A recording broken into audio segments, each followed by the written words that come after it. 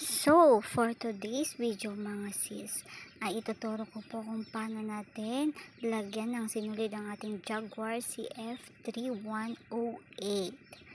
At eto na nga po, yan mga sis ay mayroon ding may sticker na nakadikit kung paano tayo magti-thread ng sinulid sa ating Jaguar machine. Okay. So, tanggalin ko muna tong sinulid na nakalagay mga sis. So, ginagawa ko po, kinakat ko siya at hinihila sa ibaba. Hindi ko siya hinihila pataas, sa baba. Okay.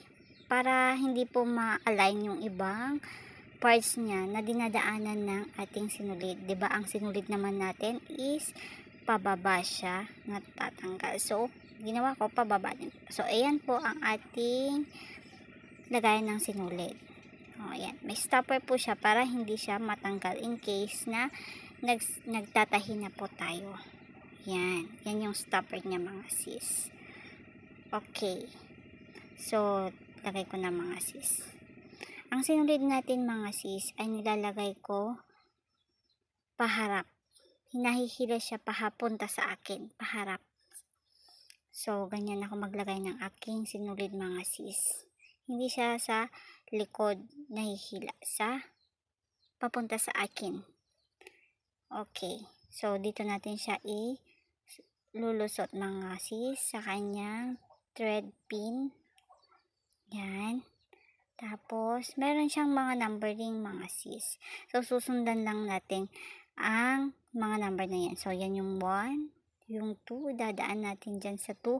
So, sa 2 mga sis, ay yan yung kanyang tension. Yan. Threader tension niya. So, yan yung controller ng kanyang threader tension. So, dyan po yung tension. Isusuot natin siya dyan, papunta sa ating number 3. After number 3, kakawit natin dyan, pataas naman po, papunta sa number 4.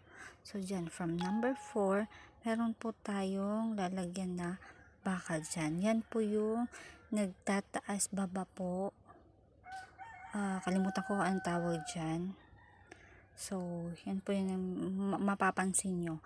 Nagtataas baba po yan. Yan yung lalagyan natin ng sinulid natin. So, biglang sis. Ayan o. Yan. Isusulot natin siya dyan sa may butas. So, papadaanin natin siya dun sa may likod. Papunta dito sa may butas. Yan mga sis. Uy, nag-blur na yung ating camera. Wait lang. Para makita nyo kung saan yung butas niya. Wait. Ayun. Ayan. Kita na ba mga sis? So, yan. Tapos, ibababa po natin. Papunta naman dito sa yung sinulutan natin ng number 3 kanina. Tapos, baba na siya. Papunta na dito sa ating ayan. Threader bar. So, dyan. Isusulot natin dyan. Yan na tayo magsusulat ng ating sinulid sa ating karayom. So, let's start mga sis. Simulan na natin. Wait. So, yung sinulid natin, lalagay natin dito. So, kailangan masulot natin dyan sa may kanyang pin. Yan. May butas yan mga sis. Siya yung magkiklip para hindi gumagalaw yung ating sinulid. So, magi-steady siya dyan. Ayan, nasulot na siya sa kanyang butas. Tapos, dadaan na natin siya sa likod ng number 1. Dadaan natin siya sa likod. Yung likod ng bakal na yan. Yan gumagalaw mga sis. Tapos, dadaan natin siya dito sa number 2 which is ang ating tension. Yan. Diyan yung tension natin mga sis. So, from number 2, bababa tayo. Papunta sa number 3. Lalagay natin dyan. Susulot natin. Tapos, pupunta tayo sa taas. Dun sa ating number 4. Yan. Wait. Yan. Tapos, taas. Ilagay natin sa taas. So, doon na sa sinasabi ko, kiklip natin doon sa likod. Paparaanin natin dyan sa likod niya. Sa likod ng bakal na yan, mga sis. Tapos, hihilain natin siya papunta sa harap, doon sa may butas. Make sure lang po na nakadaan siya dyan para maging maayos yung tahi. Ayan, pumasok na siya sa may butas. Kita nyo ba mga sis? Tapos, baba ulit tayo. Kaya natin yung sinulid pababa. At dito na tayo magsusulot sa ating karayom. So, ang Jaguar natin mga sis ay mayroon siyang automatic threader. Kagaya ng iba. Pero yung iba walang automatic threader. So, dito isusulot natin dito sa may needle bar.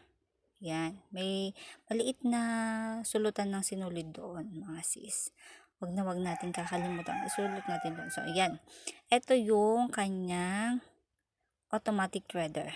Ito po, mapapansin nyo, hindi nyo siya magagalaw pagka nakababa yung ating karayom. So, kailangan nating itaas yung karayom. So, gagamitin natin yung ating hand wheel sa may gilid na ang ating machine para maitaas natin yung karayom. Ayan. Tataas natin mga sis para gumana ang ating automatic threader. So, pag nakataas na yan, nakita niyo ba? Nakataas na. Pag nakataas na, ngayon, hihilain natin pababa ang ating automatic threader, tapos ipupush natin sa likod para yung hihila sa ating sinulid ay pupunta sa harap at papasok dun sa may butas ng karayom. Wait lang, natanggal na. Lagay ko. So, ilalagay natin yung sinulid dito. Tsaka natin ilagay sa ating automatic threader. So, dito. Dito sa bandan dyan, meron tayong nakausli na parang nakakawit na ganyan. Yung nakaganyan mga sis. So, dyan natin ikakawit yung ating sinulid. Dahan-dahan lang po dahil pag nahila po natin to, nag-automatic po siya na ayun. Na pumunta sa taas na, natatanggal. So, kailangan dahan-dahan lang po. Huwag natin masyadong higpitan yung pagkakahila. Tapos, doon po sa may karayom, kakawit ulit natin yung sinulid. Then, after po doon ay ibabalik natin yung threader sa taas at mahihila na po ang ating sinulid. Kung makikita nyo po ay nakasulot na siya sa ating karayom mga sis. So, hilain na lang natin. Yan. At tapos na. Pwede na tayong magtahi. Sana ay natuto po tayo. Salamat!